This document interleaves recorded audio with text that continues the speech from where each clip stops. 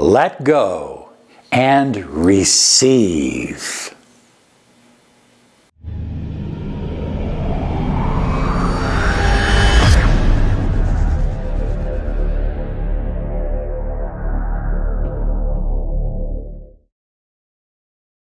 Hello everyone, Robert Zink, Miracle Mentor and Alchemy Life Coach.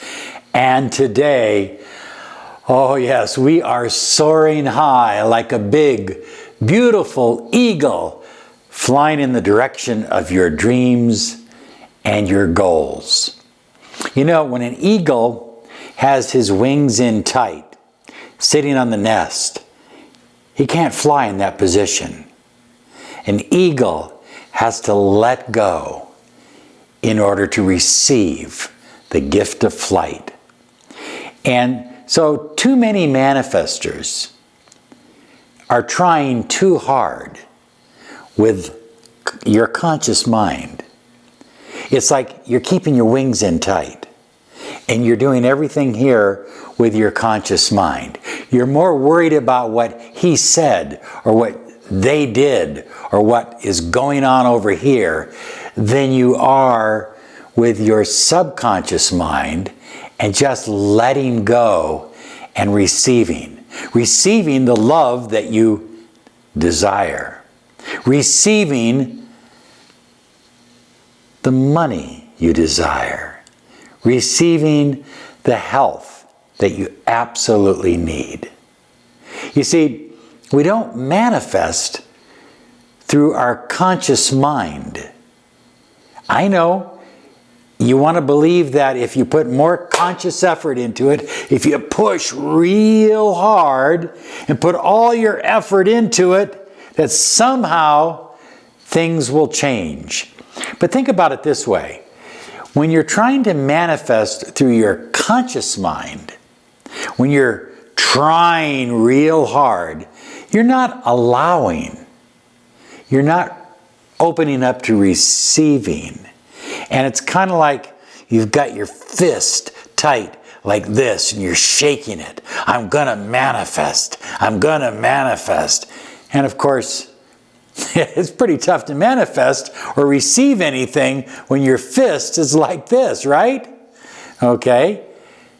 But when you just open up your hands, when you open up your heart, when you open up your mind and let go and receive, energy and vibration and flow begin to come into your life.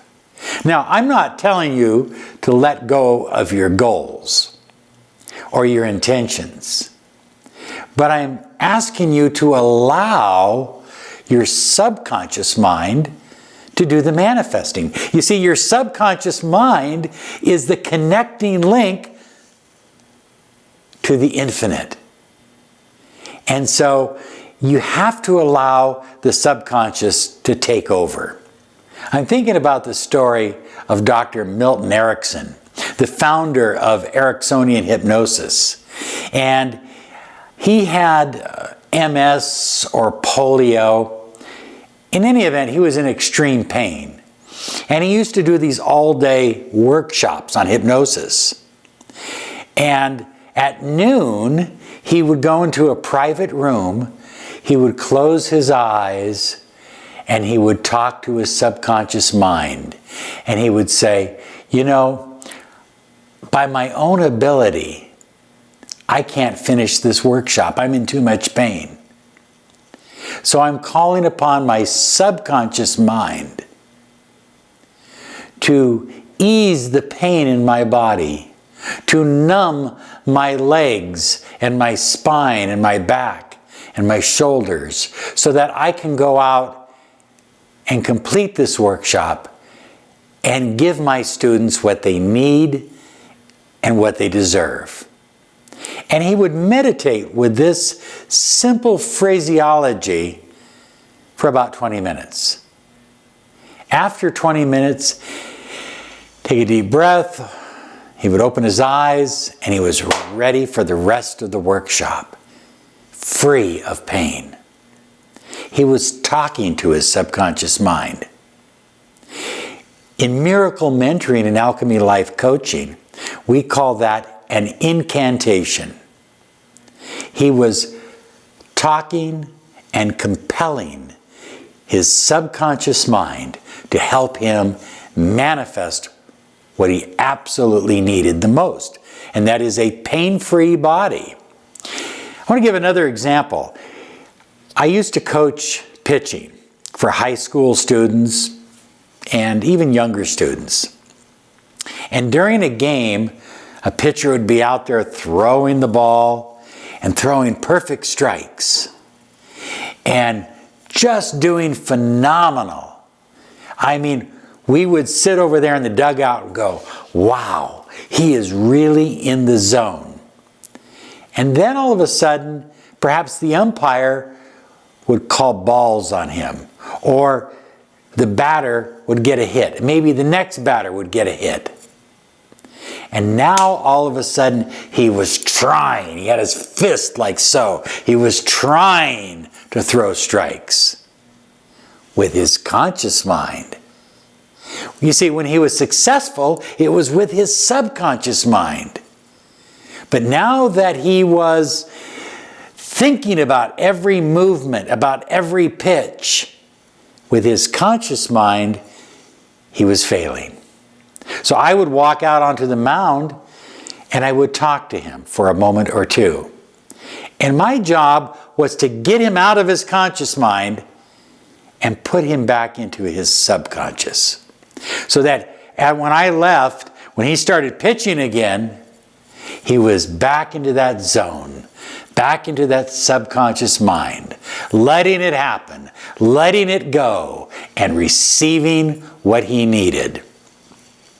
You know, we had a lottery winner a few years back, and she said that she had almost forgotten about the lottery ticket.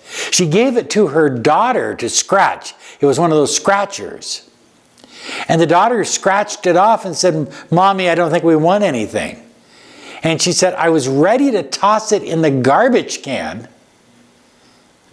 until I thought, well, maybe I'll look at it quickly." And she looked at it. $1 million. Oh, it feels good. It feels good to let go and receive. I don't know what it is that you are working to manifest in your life, what you desire. More money, your career advancing, your relationship, health.